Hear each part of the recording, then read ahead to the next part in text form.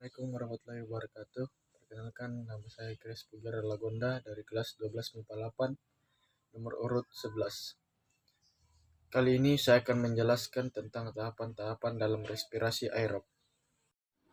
Respirasi aerob adalah proses penguraian senyawa organik menggunakan oksigen bebas. Respirasi ini berlangsung di dalam organel sel yang disebut mitokondria. Tahapan respirasi aerob. Yang pertama yaitu glikolisis. Glikolisis merupakan tahap pertama respirasi aerob yang terjadi di dalam sitoplasma atau sitosol. Pada tahap ini, molekul glukosa akan diuraikan menjadi senyawa yang lebih sederhana. Hasil penguraian molekul glukosa pada glikolisis berupa 2 molekul ATP, 2 molekul asam priufat, dan 2 molekul NADH. Untuk lebih lengkapnya, perhatikan bagan berikut. Urutan proses yang terjadi pada bagan di atas adalah sebagai berikut. Glukosa diubah menjadi glukosa, 6-fosfat disertai pemecahan ATP menjadi ADP. ATP harus dipecah menjadi ADP karena dibutuhkan sumber energi. Glukosa 6-fosfat diubah menjadi fruktosa 6-fosfat. Fruktosa 6-fosfat diubah menjadi fruktosa 1,6-bifosfat disertai pemecahan ATP menjadi ADP.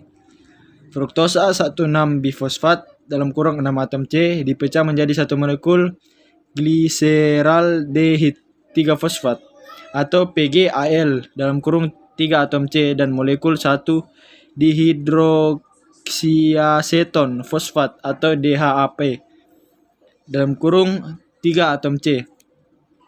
Molekul DHAP diubah menjadi senyawa PGAL sehingga terbentuk 2 molekul PGAL. Molekul PGAL diubah menjadi senyawa 1,3-bifosfogliserat dengan cara mengikat PI fosfat organik. Setiap molekul PGAL menghasilkan 1 NADH. 1,3-bifosfogliserat diubah menjadi 3-fosfogliserat. Pada reaksi ini dihasilkan ATP sebagai sumber energi. 3-fosfogliserat diubah menjadi 2-fosfogliserat. 2-fosfogliserat diubah menjadi senyawa fosfoenol pirufat dalam kurung PEP. PEP diubah menjadi asam pirufat disertai pembentukan ATP. ATP merupakan sumber energi yang nantinya digunakan untuk transport aktif menuju mitokondria. Untuk 2 molekul NADH yang dihasilkan akan ditransfer ke tahap transport elektron. Yang kedua yaitu dekarboksilasi oksidatif. Tahap kedua setelah glikolisis adalah dekarboksilasi oksidatif. Tahap ini berlangsung di dalam mitokondria. Reaksi pertama diawali dengan perubahan asam pirufat menjadi asetil koenzim A dalam kurung asetil CoA. Perubahan tersebut menghasilkan molekul CO2 dan NADH. Artinya satu molekul asam pirufat akan menghasilkan satu molekul asetil, CoA, CO2, dan NADH. Oleh karena pada tahap glikolisis dihasilkan 2 asam pirufat, maka dekarbolisis oksidatif menghasilkan 2 molekul asetil CoA, 2 molekul CO2, dan 2 molekul NADH. Untuk prosesnya, simak bagan berikut. Urutan prosesnya adalah sebagai berikut. Asam pirufat yang terbentuk pada tahap glikolisis akan melepaskan gugus karboksilat.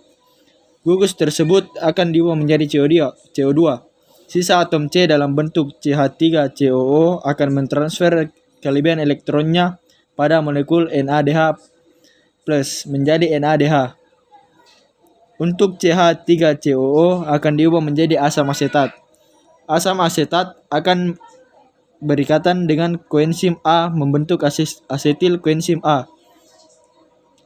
Untuk memudahkan pemahamanmu tentang dekarboksilasi oksidatif, perhatikan ringkasan berikut.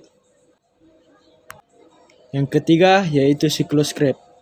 Siklus Krebs adalah tahapan ketiga dari serangkaian proses respirasi aerob. Pada tahap ini akan dihasilkan 2 molekul ATP, 6 molekul NADH, 2 molekul FADH2, dan 4 molekul CH2. Untuk urutan prosesnya adalah sebagai berikut. Asetil CoA dalam kurung 2 atom C berikatan dengan asam oksaloasetat dalam kurung 4 atom C membentuk asam sitrat. dalam kurung 6 atom C. Itulah mengapa siklus Krebs biasa disebut dengan siklus asam sitrat. Asam sitrat diubah menjadi asam isositrat. Asam isositrat dalam kurung 6 atom C diubah menjadi asam akatoglutarat. Reaksi ini disertai pelepasan CO2 dan pembuatan NADH.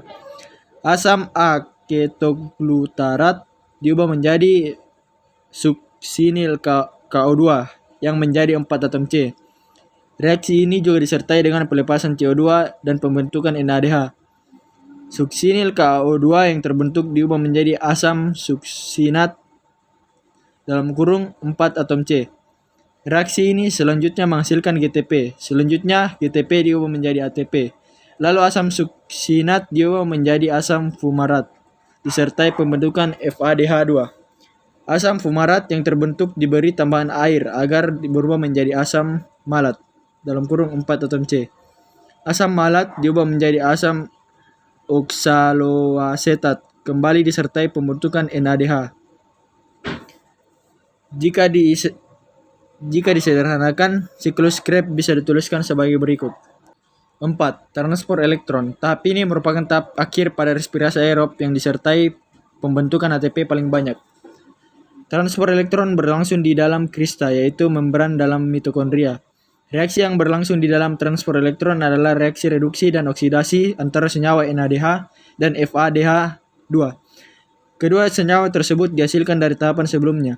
Senyawa yang terlibat dalam transport elektron adalah koenzim Q, sitokrom B, sitokrom C, sitokrom A, sitokrom A3, dan oksigen. Simak bagan berikut. Adapun penjabaran bagan di atas adalah sebagai berikut.